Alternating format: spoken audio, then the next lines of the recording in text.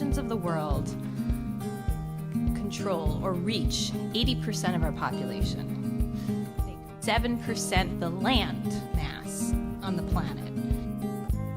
So there is power there. So when the governments of the world are thinking about how do I reach the people of the world, and I can tap the faith communities and reach 80% of the people on the planet, that's very powerful. And there's also obviously a tremendous power to science and the knowledge of science. We look at humanity as a great body. Science provides the eyes for society, but religion provides the heart, and therefore the conscience, and therefore an interpretation of the vision of science so that we can tell right from wrong. As soon as we begin to do that, moral and ethical principles emerge. But we need both, so there has to be the marriage of eyes with the heart. Otherwise, there's a blindness, there's a difficulty in articulating the context of religion. So that by understanding the context of our day, recognizing that climate change is an urgent issue, therefore the heart, meaning religion, can speak and provide direction for society. Some very, very tragic sense to an ideal that says we will be developed when, we will be considered a first world country when we no longer have forests and dirt, but rather we have concrete. We no longer have small little shops, but we have big shopping malls.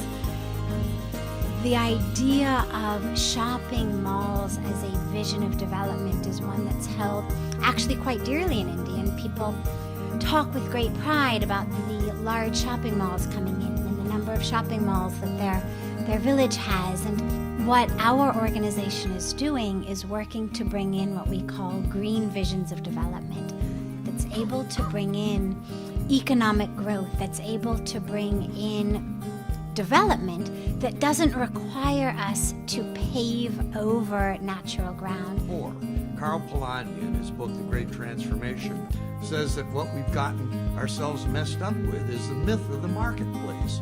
That no society ever in human history organized itself around a marketplace.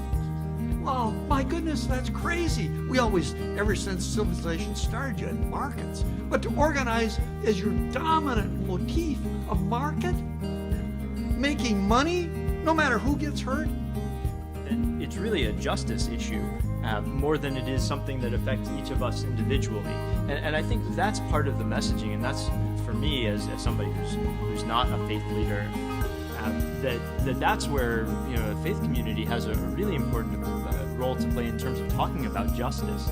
That this isn't just an issue of a relationship between people and nature. It's also a question of the relationship or the effect on people in different ways.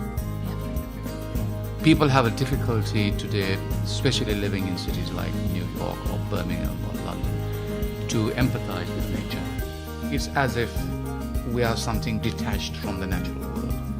But we need to somehow emphasize that children, this is true I think here as this is in Birmingham, UK, and the children think milk comes from the supermarket. You know, this is a cliche, we all know that. But how do we tell children you are part of the trees and the birds and the bees and you are one of them?